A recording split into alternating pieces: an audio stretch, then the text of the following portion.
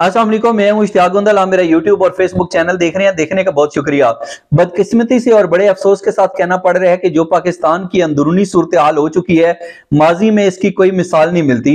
आज से अगर हम साल डेढ़ 2 साल पहले की बात करें तो एक हेल्थ कार्ड था जिसके ऊपर लोग 10-10 लाख रुपए तक जो है वो फ्री इलाज करवा रहे थे, लेकिन उसके बावजूद आप ये कह लीजिए कि वो नाशुक्री कह लीजिए या आप ये कह लीजिए कि शायद अल्लाह ताला की जो नेमतें हमें मुयसर होती हैं उसके हवाले से हम उसका शुक्र अदा नहीं करते और बाद में वो नेमतें हमसे छीन ली जाती हैं तो उनकी कदर आती है।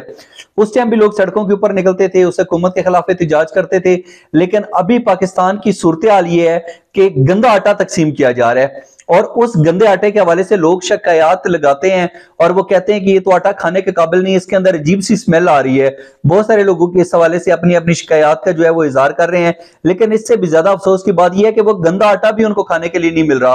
वो गंदे आटे के लिए लाइनों के कतार के अंदर जो है वो खड़े होते हैं, गंदे आटे के असूल के लिए कई कई दिन वहां पे खड़े रहते हैं, भगदड़ मचती है और उसके अंदर बहुत सारे लोग जो हैं वो अपनी जानों की कुर्बानी दे देते हैं। ये है आज का पाकिस्तान।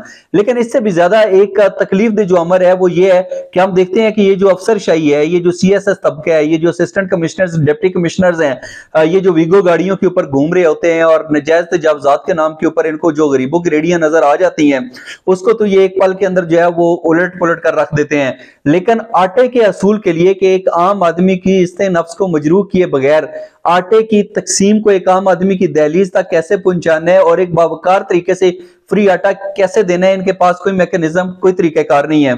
लेकिन जब सीएम साहब की अगर हम बात करें या हम वजीर आजम पाकिस्तान शहबाज शरीफ साहब की बात करें, वो जब इंतजामिया के दौरे करते हैं सब अच्छा दिखाया जाता है, लोगों को थपकियां भी देते हैं कि बड़ा जबरदस्त काम कर रहे हैं। लेकिन आप खुद बताइए कि जिस तरीके से पाकिस्तान के अंदर आटे की तकसीम हो रही है, क्या इससे एक पाकिस्तानी जो आम पाकिस्तानी है उसकी इससे नफ्स मजरूह नहीं हो रही, उसकी तजलील नहीं हो रही? आखिर ये सिलसिला ऐसे कब तक चलता रहेगा? यकीनी तौर के ऊपर अभी हम ये देखते हैं कि बड़ा एक सफेद पोश जो तबका है वो बड़ी मुश्किल से अपनी जरूरियात जिंदगी पूरी कर रहा है। पहले होता था कि लोअर मिडिल क्लास की जो जिंदगी थी वो खराब होती थी, उन बेचारों के बड़े मसले मसाइल होते थे, लेकिन अब सफेद पोशों की तादाद के अंदर इतना इजाफा हो चुका है कि उसको अल्फाज में बयान नहीं किया जा सकता। वो लोग जो खुशहाली के अंदर थे अब वो भी बेचारे जो है वो सर उठाए हुए बस बमुश्किल अपने बच्चों को जो है 2 वक्त की रोटी खिलाते हुए नजर आते हैं। तो ये हम पाकिस्तान को किस तरफ लेकर जा रहे हैं? लेकिन इससे भी ज्यादा अफसोसनाक अमर यह है कि इस हवाले से कोई नहीं सोच रहा। अपनी अपनी सियासत चमकाई जा रही है, एक दूसरे के ऊपर इल्जामात लगाए जा रहे हैं और इन इल्जामात के नतीजे में सियासतदानों का तो कुछ नहीं जा रहा, लेकिन एक आम पाकिस्तानी जो है उसकी जिंदगी काबिल रहम हालत तक पहुंच चुकी है। इस हवाले से क्यों नहीं सोचा जा रहा? एक तो ये यकीनी तौर के ऊपर एक तकलीफ दे अमर है और यकीनी तौर के ऊपर आप इससे इत्तफाक भी करेंगे। इसके अलावा दो चीजें जो है वो बड़ी अहमियत की हामिल हैं। एक तो यह है कि मरियम नवाज साहिबा जो है उनके खिलाफ तौहीन अदालत की कार्रवाई जो है वो समाअत के लिए मुकर्रर हो गई है और उसके अंदर उन्होंने ये कहा है कि जो मरियम नवाज साहिबा हैं उन्होंने मुख्तलिफ मौक़ों के ऊपर जब वो मीडिया कॉन्फ्रेंस करती थी तो उसके अंदर उन्होंने अदलिया की तौहीन की है और ये पाकिस्तान जो है ये कोई बनाना रिपब्लिक नहीं है कि जिसका जो दिल चाहे वो कहता रहे। और इसके साथ साथ मरियम नवाज साहिबा की तरफ से मैं एक बयान थोड़ी देर पहले पढ़ रहा था जिसमें उन्होंने कहा कि इमरान खान को एस्टेब्लिशमेंट ने कंधों से उतार कर फेंका तो ये वो टोकरा था जिसे फिर बाद में 2 या 3 जजेस ने जो है वो उठा लिया और उसको संभाल लिया। अब बज़ाहिर देखा जाए तो ये हालात किस तरफ जा रहे हैं? चाहिए तो ये था कि ये सियासतदान सारे के सारे इकट्ठे होते, आपस में बैठते, एक आम पाकिस्तानी की मुश्किलात को कम करने के हवाले से सोचते, लेकिन इनकी सियासत खत्म ही नहीं हो रही। वही एक दूसरे के धड़ाधड़ इल्जामात लगाते जा रहे हैं।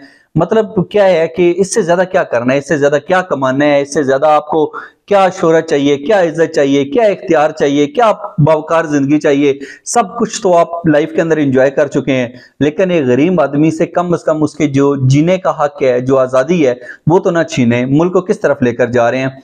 एक ये चीज भी बड़ी अहमियत की हामिल है कि अब अगर तौहीन अदालत की इस तरीके से समाअत के लिए मुकर्रर हुई है तो इसके ऊपर फैसला क्या आएगा ये देखते हैं। इसके साथ साथ एक और बात की जाए तो जो फवाद चौधरी साहब है उनकी तरफ से एक बड़ा अहम बयान सामने आया है जिसमें उन्होंने कहा है कि हम जो पाकिस्तान मुस्लिम लीग नून है बेहैसियत पार्टी इसकी मनसूखी के लिए जो है वो रेफरेंस तैयार कर रहे हैं। अब यकीनी तौर के ऊपर ये कोई छोटी बात नहीं है, कोई छोटी खबर नहीं है, क्योंकि वो कह रहे हैं कि पार्टी का मामला वो शख्स चला रहा है जो मफरूर है और जो पाकिस्तान से बाहर बैठा है। और फिर उन्होंने कहा कि जो नून लीग की आला क़यादत है वो तो बार बार खुद इस चीज़ का इजहार करती हुई नजर आती है कि जो सुप्रीम कोर्ट के फैसले हैं या सुप्रीम कोर्ट है या इसके जो बेंचेस हैं वो उसको तस्लीम नहीं करते। तो ये ऐलान उन्होंने खुद कहा कि ये जो ऐलान किया जा रहा है और ये जो इस तरीके से स्टेटमेंट दी जा रही है ये तो बजाते खुद जो है आइन का आर्टिकल 6 जो है उसकी जद के अंदर आता है।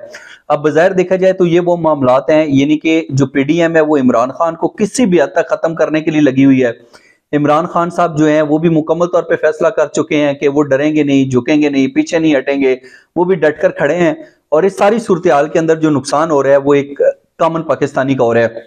और बज़ाहिर एक ग्रैंड जरगा की बात की जा रही थी या ग्रैंड टॉक की बात की जा रही थी या कहा जा रहा था कि सारे मिलकर जो है वो बैठेंगे, लेकिन बज़ाहिर इस चीज़ के कोई इम्कानात नजर नहीं आ रहे। अब हम देखते हैं कि जो पीडीएम है वो भी वक्तन फक्तन ये इजहार करती हुई नजर आती है कि हमने नहीं बैठना, और इमरान खान तो बहुत अरसा पहले से ही कह रहे हैं कि मैं इन चोरों और लुटेरों के साथ जो है वो क्यों बैठूं। तो बेसिकली क्या होता है कि ये मुज़ाकरात बातचीत तब कामयाब होती है जब आप दूसरे के वजूद को तस्लीम कर लेते हैं, जब आप उसकी हकीकत को तस्लीम कर लेते हैं, आप उसके साथ बैठते हैं कि हाँ ये इतनी अहमियत कामिल है कि हम इसके साथ बैठेंगे तो हमारा जो मुल्क है उसके मसाइल का हल निकलेगा। लेकिन बदकिस्मती से हम इन दोनों की पीटीआई वर्सेस पीडीएम की बात करें, ये एक दूसरे को देखना नहीं चाहते, ये एक दूसरे के वजूद को वाकई ऐसा लगता है कि नहीं देखना चाह रहे। इनका एक दूसरे के लिए वजूद जो है वही नाकाबिले कबूल हो चुके हैं। तो यहाँ पर सवाल ये पैदा होता है कि फिर ये मामला जो है वो कैसे आगे जाएंगे। और बज़ाहिर साफ नजर आता है कि जो कहते हैं जी कि 20 अरब रुपए नहीं है इलेक्शंस के लिए, लेकिन अरबों रुपए जो है वो मुराद के ऊपर तो लगाए जा रहे हैं। बज़ाहिर कहा जा रहा है जी कि पाकिस्तान के अंदर सिक्योरिटी के इश्यूज हैं। सिक्योरिटी के इश्यूज तो 1990 की दहाई के अंदर जैसे एक बात करते हैं कि बहुत सारे मसाइल थे। और अगर हम इससे पहले इलेक्शंस की बात करें, इससे पहले जो 2-3 इलेक्शंस हुए तो उसके अंदर तो शायद इससे ज्यादा सिक्योरिटी के इश्यूज थे, लेकिन फिर भी इलेक्शंस हुए तो भी इलेक्शंस से फरार क्यों। और इससे भी ज्यादा जो डिठाई और बेशर्मी की बात है वो ये है कि नून लीग की अलग क़यादत आती है और वो कहते हैं जी कि इमरान खान जो है वो इलेक्शन से राय फरार हासिल करना चाहता है, वो इलेक्शंस नहीं चाहता। भाई इमरान खान ने कहा है कि मुझे इंतखाबात चाहिए, उसको यकीन है कि अगर इंतखाबात होंगे तो वो जीत जाएगा। शायद आपको अपनी खौफ है अपनी हार का कि अगर अभी इस तरीके से जो है वो इंतखाबात हो जाते हैं तो हम हार जाएंगे। मसला सिंपल और सिंपल ये है कि जब तक आप डिलीवर नहीं करेंगे, जो भी डिलीवर नहीं करेगा वो हारेगा।